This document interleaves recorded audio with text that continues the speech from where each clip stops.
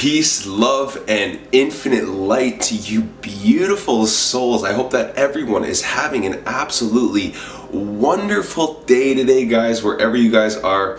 I am sending you a lot of love, a lot of high vibrations, a lot of good energy, and all I want from you is just to pay it forward and to spread that good energy and that love. And if you guys are new to this channel, do everyone, the whole YouTube algorithm, the whole world, just everyone a favor. It's a huge favor for everyone. And destroy, obliterate, just smash that like button down below and subscribe to the channel if you guys haven't already. Today I'm going to talk about the real meaning behind this symbol right here. The symbol for the American Medical Association, the symbol for the World Health Association, the symbol for almost every medical association in the world. The snake going up the staff. I'm going to tell you what the real meaning of that symbol is. The truth is always hidden in plain sight, guys. In this world, they always hide the truth right in front of your face, almost to laugh at you, because they know what the real truth is. They know what the real meaning is, and they always put it right in front of you. Now, if we go back to ancient cultures, they always depicted the snake going up the staff. You can tell in the rod of Asclepius, there is lots of this going on in ancient societies. You can see it carved in their stone. And this was always a thing. Now, the real meaning behind the snake in the staff is literally a Kundalini Awakening. Now, many people might not be aware of what Kundalini is. Kundalini is your sacred energy, and it rests dormant at the bottom of your spine. Now, we can activate this Kundalini through equanimity, which is a peace within. Once we cultivate a peace of mind and we meditate, we do things like Kundalini yoga, just yoga, whatever, being out in nature, putting our feet on the ground, we start to activate our Kundalini energy, and it literally moves up our spine and through our chakra systems in snake-like form, eventually piercing the third eye. And when we have activated our Kundalini and it's moved its way up our chakra system and pierces our third eye, we are now enlightened beings. This is exactly why in ancient Egypt, you can see their enlightened beings were all depicted with a snake coming out of the third eye. This is a representation of a Kundalini awakening, a sacred energy awakening.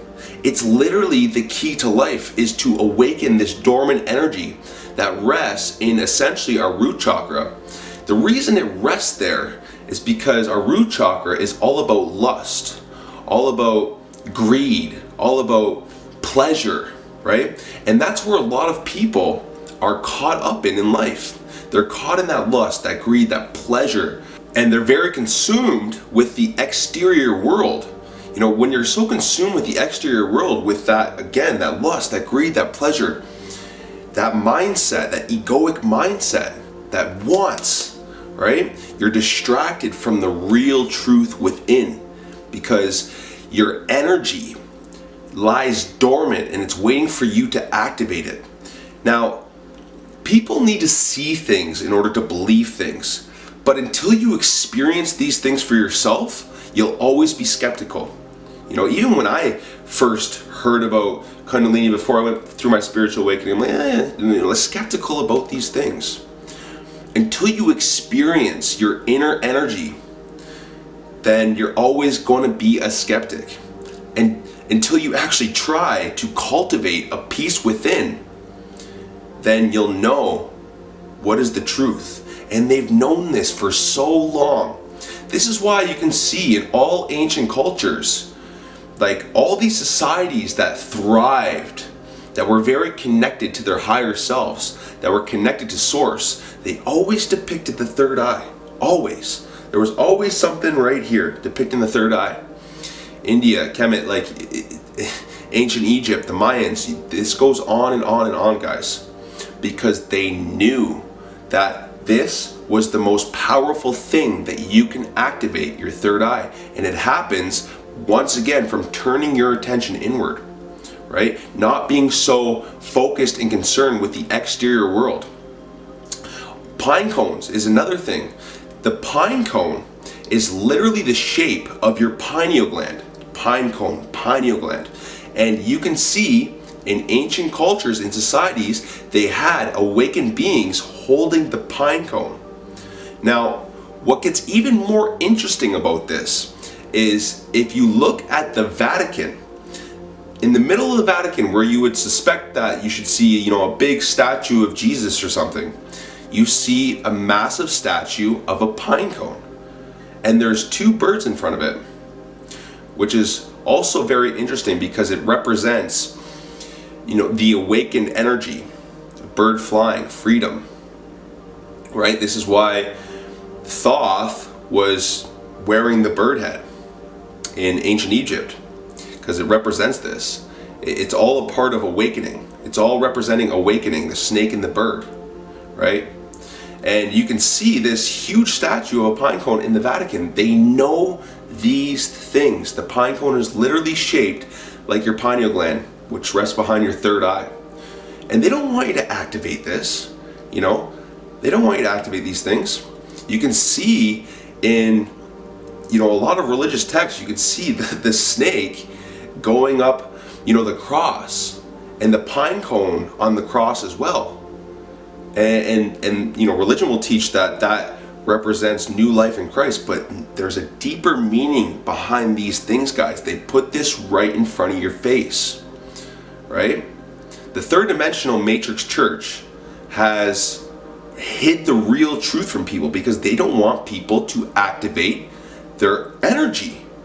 Because when you activate your energy, you know that everything lies within. You know that you don't need any religious dogma to follow in order to have faith in something, because it's all within. Like, we are all gods, straight up. And you will only know that when you turn your attention inwards. It's actually funny because the Christian religion has made the snake demonic. They say the snake is the devil. Well, how funny is that? Now, let's look at the story of Adam and Eve, for example. The story of Adam and Eve, we have Adam and Eve, and we have the snake in the tree, and then, they're eating the sacred fruit, the forbidden fruit. Now, let me tell you what the real meaning behind this story is. So, what a lot of people do know, and some probably don't know, is the interior of our body literally forms tree-like structures. If you look at our lungs, tree-like structures, our nadis, everything, tree-like structures within the body. The tree represents your inner wisdom. That is why the Buddha sat under the wisdom tree and meditated until he was enlightened, right? It's funny how this all comes together. They put this in plain sight. So the tree represents your inner wisdom. The snake on the tree, which they've demonicized, actually represents your inner energy. And the apple of the tree represents the lure or the temptation in life, right?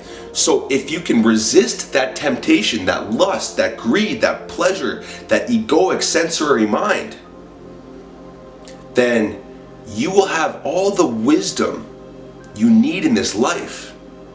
And this is exactly, like, the religion literally put this in front of your face and told you the snake was demonic, when really it is the way to access everything. Now, a big problem I have with people who like to preach religion is they say God will judge you. Now, an enlightened being knows not to judge anyone, knows that he can't judge anyone. And I've gone through this my whole awakening, where I've realized when I judge someone, I just judge myself. So I've literally grown past the point of judging other people. And even if there's a slight thought, like if I see people with masks and stuff outside in their cars, I'll have that thought where I'll start judging people, but I'm very aware and conscious of it, and I'll flip it, because I know that if I'm judging someone, I am just judging myself, because everyone is a direct reflection of me. We are all connected, we are all one. And you find this wisdom when you turn your attention inward. There's so many people that ask me, where do you get this wisdom from? I grew my TikTok account in 3 weeks to 100,000 followers because I'm speaking about esoteric wisdom that is interesting for a lot of people. And they ask me, like, where is this wisdom coming from? It's all coming from within. It all resides within. And this is the same for you guys. You can access this inner energy, this inner wisdom, but if you're so consumed with what this matrix is telling you to believe in, then you're always going to be distracted from the truth. You will always be distracted from who you truly are. To know thyself is the greatest thing you could ever do in this life, is to know who you truly are. But the religion tells you that you have to put all of your faith in an external source. All your faith in God externally, and then help other people. Well, what's missing out of this equation? It's you, right? When you actually fill your own cup first, then you're able to fill the cup of others. Simple as that. And when we resist this lure, this apple, the forbidden fruit, when we resist this exterior world and we cultivate that equanimity, you will notice your inner energy start to move, start to flow. In electrical theory, the less resistance there is in a wire, the easier it is for that wire to carry energy. You are the same. You are an energetic being, right? Who vibrates on a certain frequency. So you can look at the resistance like your thoughts and your emotions. Well, when you have positive emotions instead of negative emotions, you allow more energy to flow. When you're able to take control of your thought process through meditation, and you're not thinking constantly all day long and overthinking and creating emotions because of this overthinking, you create a state of non-resistance. And then you start to notice your inner energy. You start to notice your chakras. You start to notice which ones are blocked up and what you have to do. My throat chakra right now is completely open because I speak my truth. And that's how your throat chakra opens, is by speaking your truth. Your third eye is connected to your intuitive side, your intuition. The all-seeing eye. Why do you think that the elite use the all-seeing eye? They're telling you right in your face. You can see this all-seeing eye everywhere. Everywhere, guys. So it's just really time to wake up. It's really time to wake up. If you're on the fence, I'm not trying to change anyone's beliefs. Like I said, everyone is right where they are. But if you're on the fence, I hope this, can show you that there's more to life than, just a system that tells you to believe in something. Experience these things for yourself by turning your attention inward, silencing your mind. It is not demonic. It is completely natural. The church tells you that these things are demonic, but I mean, like, I live the most beautiful, harmonious, like, blessed, loving, peaceful, abundant life in all areas. There's nothing demonic about this whatsoever. And the enlightened ones know this, right? The whole reason they've established this third dimensional matrix church is to keep people asleep and ignorant to who they truly are, as hard as that is to grasp, and to keep you a slave in this system. Simple as that. So experience these things for your own. Do your own research. Don't just take my word for it, guys. Like, I'm just telling you what I've experienced myself and the research I've done myself, right? And I summarized it all here for you. The evidence is right in front of your face. But it's up to you guys to take what you will, do your own research, and experience these things for yourself. It's through experience that you start to understand. It's not through, anyone talking. You don't need me, you just need you, right? Maybe I can spark something, but you need to walk through that path yourself. It's as simple as that. So that's pretty much all I wanted to say today, guys. I hope you guys really enjoyed that video. If you did, destroy the like button down below, and also comment down below what you think about all this stuff. Like, have you guys had a Kundalini awakening? Have you guys experienced your own inner energy, your chakra systems? Have you experienced these things by cultivating a peace of mind? And if you're on the fence, let's have a conversation down below about all of this. I love talking to you guys about these things, so let's get a good conversation down below.